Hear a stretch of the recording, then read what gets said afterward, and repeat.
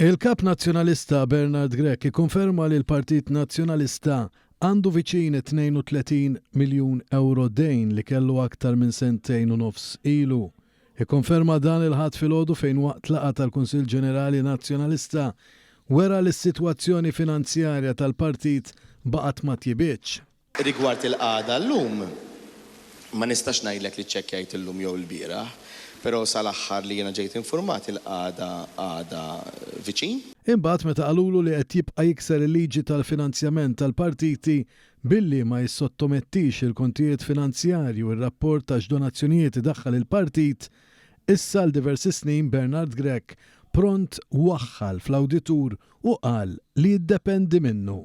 Però aħna minna dak kollu illi kena nagħmlu u fil-fatt il-karti kollha qegħdin għand l-awditur. L-awditur fil-fatt kiteb propju l-Kummissjoni Elettorali u informhom illi issa jiddependi minnu. Qudiem l-akkuża li baqa' ma ċaħaġ li mal-iżviluppatur Anton Camilleri magħruf bħala tal-Franċiż mhux biss iltaqa' iżda ġie allegat li qallu biex imexxi biżvilupp għax imbagħad se jkun jista' jiftħu hu bħala Prim Ministru, Bernard Grech għad idur mal-lewża u ħarab milli jwieġeb. Anke dwar jekk irċivixxi donazzjoni mingħand l-istess żviluppatur, xi ħaġa li s'issa żgur ma tistax tiġi verifikata la darba l-Partit Nazzjonalista għadu qed jaħbed donazzjonijiet li jdaħħal u ma jurix dan lill-Kummissjoni Elettorali kif obbligat bil-liġi għall-iskrutinju pubbliku. Inti personalment iltqajt ma' Anton Camilleri tal-Franċiż, kellna nies li rawh diħel id-Dar Ċentrali. Imma saqsejna dil-mistoqsija darbtejn u darbtejn ġiet evitata. Ġew diskussi local plans f'din il-laqa vera li kif qal Ministru Laburista li jintietlu mexxi ħalli meta nkun Prim Ministru jien nawguraħħa u l-iżviluppatur ta' donazzjonijiet lill-Partit Nazzjonalista dawk id-donazzjonijiet ġew b'kundizzjonijiet magħhom. L-aħħar darba mort il-Lufthansa Technik pereżempju. Fit-tmiem tal-laqa, bla dubju, jiena interessajt ruħi u rrid inkun naf x'inhuma l-pjanijiet tal-kumpanija. Fuq aktar taħwid fil-partit tiegħu Bernard Grech kompla jdur mal-lewża u fuq Segretarju Ġenerali flok Michael Piccinino li ġie ordnat jirriżenja kif kien żvelat aktar kmieni din is-sena mill-Gazzetta Kulħadd, Grech qal li għandu ħafna ismijiet fuq moħħu.